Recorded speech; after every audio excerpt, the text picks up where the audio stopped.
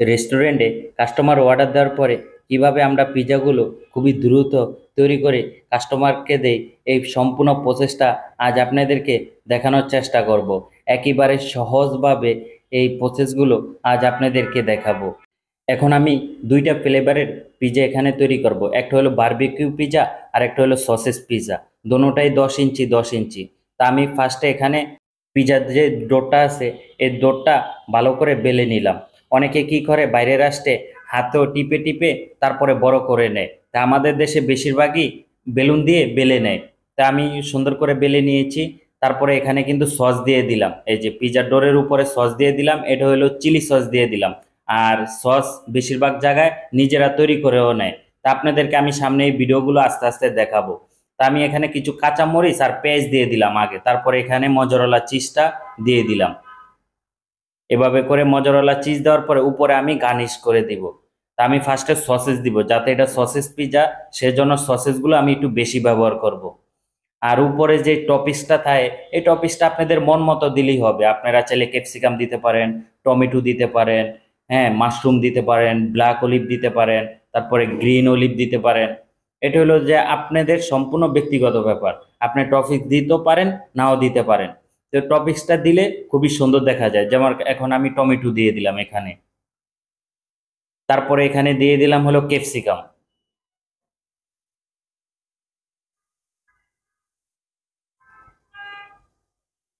তো এভাবে করে সবসময় আমরা এই পিজাগুলা রেস্টুরেন্টে তৈরি করে থাকি একেবারে সহজভাবে। আর এখন দিয়ে দিলাম মাশরুম। পিজার মতো সহজ কোনো রেসিপি হয় না।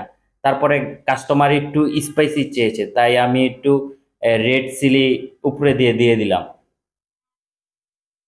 এখন আরেকটা, এই যে বারবিকিউ পিজার জন্য আমি ফার্স্টে টমেটো সস দিয়ে দিলাম, তারপরে এখানে বারবিকিউ সস দিয়ে দিলাম। দেওয়ার পরে ভালো করে কিন্তু এটা ডোরের সাথে মিক্স করে নিব। আর ডোরটা সবসময় আপনারা একটু কাঁটা চামিচ দিয়ে ভালো করে একটু ছিদ্র করে নেবেন আগে। এখন আমি এখানে চিকেন দিয়ে দিলাম। আর এই চিকেনটাও কিভাবে রান্না করে নেক্সট ভিডিওতে আপনাদেরকে দেখানোর চেষ্টা করব। আপনারা একটু ধৈর্য সহকারে আমার ভিডিওগুলো দেখেন, দেখবেন কোনো না কোনো ভিডিওতে আমি সম্পূর্ণ রেসিপিগুলো আস্তে আস্তে তুলে ধরার চেষ্টা করব আপনাদের জন্য, যাতে করে আপনারাও বাসায় খুবই সহজে আমার রেসিপি দেখে রান্না করতে পারেন, খেতে পারেন। আর ভিডিওগুলো ভালো লাগলে অবশ্যই একটু লাইক কমেন্ট করে জানাবেন। তো এখানেও আমি ফার্স্টে চিজ দিয়ে দিলাম, ঠিক আছে, তারপরে উপরে দিয়ে আবার টপিক্স দিয়ে দিলাম।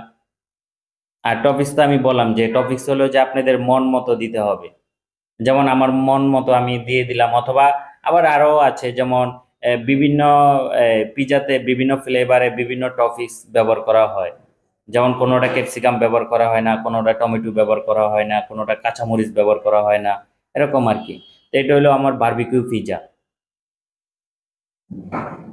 তো এখন আমি ওভেনে দিয়ে দিব, এই পিজা দোনোটা ওভেনে দিয়ে দিব। আর ওভেনের হিট সবসময় আমরা 250 হিটে রাখার চেষ্টা করি। নিচে 250, উপরে 250। 250 হিটে এই পিজাগুলো আমরা প্রায় 7 থেকে 8 মিনিট অথবা 10 মিনিট হাইস্ট এরকম আর কি। তা আমার পিজাটা প্রায় হয়ে গেছে। কি সুন্দর একটা কালার চলে আসছে। এভাবে করে আপনারাও বাসায় কিন্তু এই সেম কালারটা নিয়ে আসতে পারবেন যদি আমার মতো হিটে এই পিজাটা তৈরি করেন। আর এরকম ইলেকট্রিক অথবা গ্যাস ওভেনেও আপনারা এই পিজাটা তৈরি করতে পারবেন। বাসায় তো নর্মালি গ্রিল ওভেনেও আপনারা তৈরি করতে পারবেন এই পিজাগুলা। তা আমি একটু হালকা ঘি সাইডে একটু ব্রাশ করে নিচ্ছি, মানে যাতে কালারটা আরো সুন্দর দেখায়। তা আমি এখন কাটার দিয়ে ভালো করে কেটে নিব পিজা। তো এভাবে করে আপনারাও কেটে নেবেন। আপনারা চাইলে চাপাতি অথবা ছুরি দিয়েও কেটে নিতে পারেন, কোনো সমস্যা নাই। আর রেস্টুরেন্টে সবসময় চেষ্টা করি যে কাস্টমার অর্ডার দেওয়ার পরে আমরা 10 থেকে 15 মিনিট অথবা 20 মিনিটের ভিতরে এই পিৎজাগুলা দেওয়ার চেষ্টা করি কাস্টমারদেরকে। তা আমার ফ্রাই কাট হয়ে গেছে, এখন আমি একটু অরিগানো দিয়ে দিব। সবাই ভালো থাকবেন। আল্লাহ হাফেজ।